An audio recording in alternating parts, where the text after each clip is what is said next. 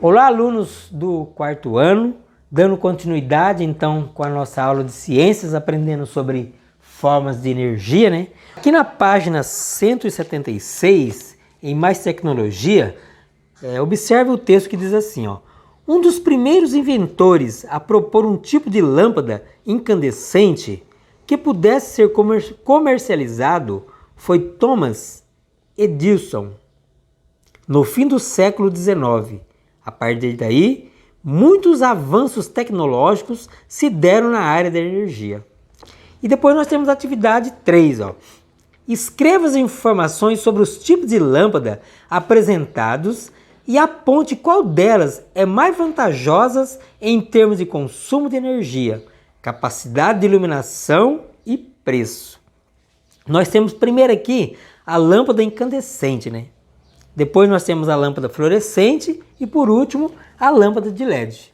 É importante vocês entenderem como cada uma funciona. As lâmpadas incandescentes, ela transforma a energia elétrica em energia luminosa e térmica. Apesar de iluminar o ambiente, ela dissipa muito calor para o meio, aquecendo-o.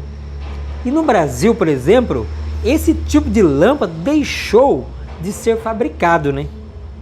Ou seja, a lâmpada incandescente ela não é mais fabricada aqui no Brasil.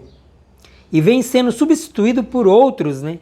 Que consomem menos energia, iluminam mais e não aquecem o ambiente. Já a lâmpada fluorescentes, elas são amplamente usadas em escritórios e ambientes industriais. No entanto, em sua composição existe ali a presença do mercúrio, né? Que contamina o solo e lençóis de água. E por isso, ela deve ser descartada em locais específicos, né?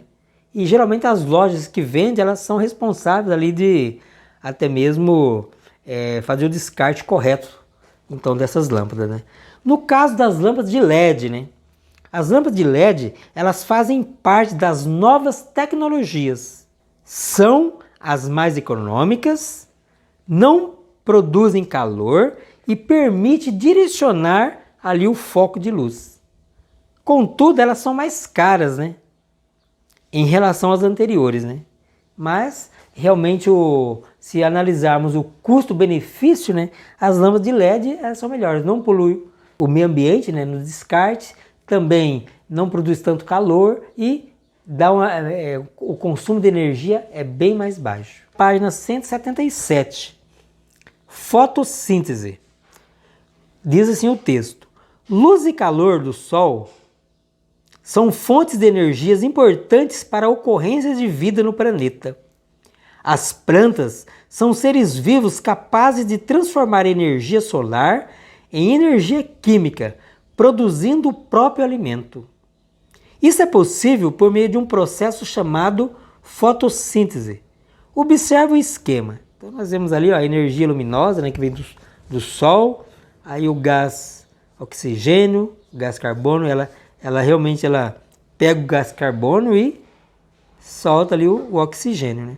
Aí nós vemos aqui embaixo, ó, as raízes ela pega a água, né, e os minerais, né? Então o texto aqui embaixo ainda diz, ó, as plantas retiram água do solo pelas raízes e o gás carbônico do ar atmosférico. Elas aproveitam a luz solar por meio da clorofila, substância que confere cor verde às folhas. Na presença de luz, há uma reação entre clorofila, água e gás carbônico, formando carboidratos que são fontes de energia química para as plantas. Durante a fotossíntese, as plantas liberam gás oxigênio para a atmosfera, o que nós usamos tanto para não respirarmos, né? Na página 178, né, nós podemos ler o texto que diz assim, ó, o processo de fotossíntese permite que plantas e águas acumulem energia química em seu corpo ou estrutura, sendo fundamental para a sobrevivência dos outros seres vivos.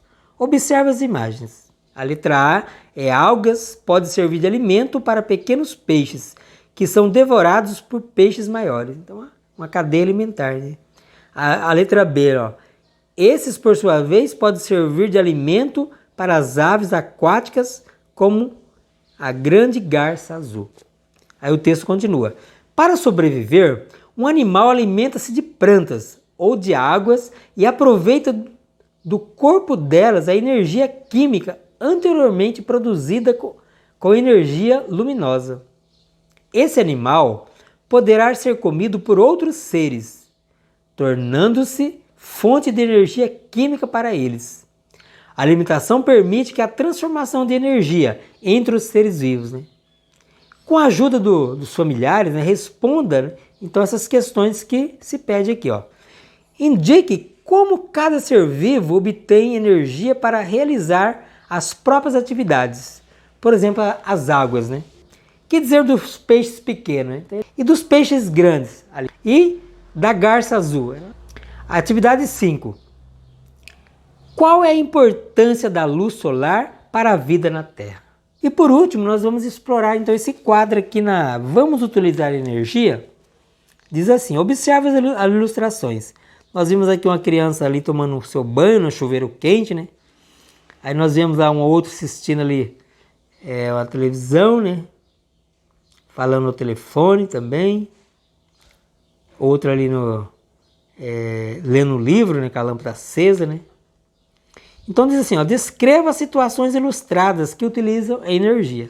Aí você vai estar registrando ali como que as pessoas estão utilizando. E a número 2, como podemos economizar energia em casa. Né? Você vai dar sugestões, né, para como podemos economizar energia em casa. Essa foi a nossa aula de hoje. Espero que tenham uma boa aula.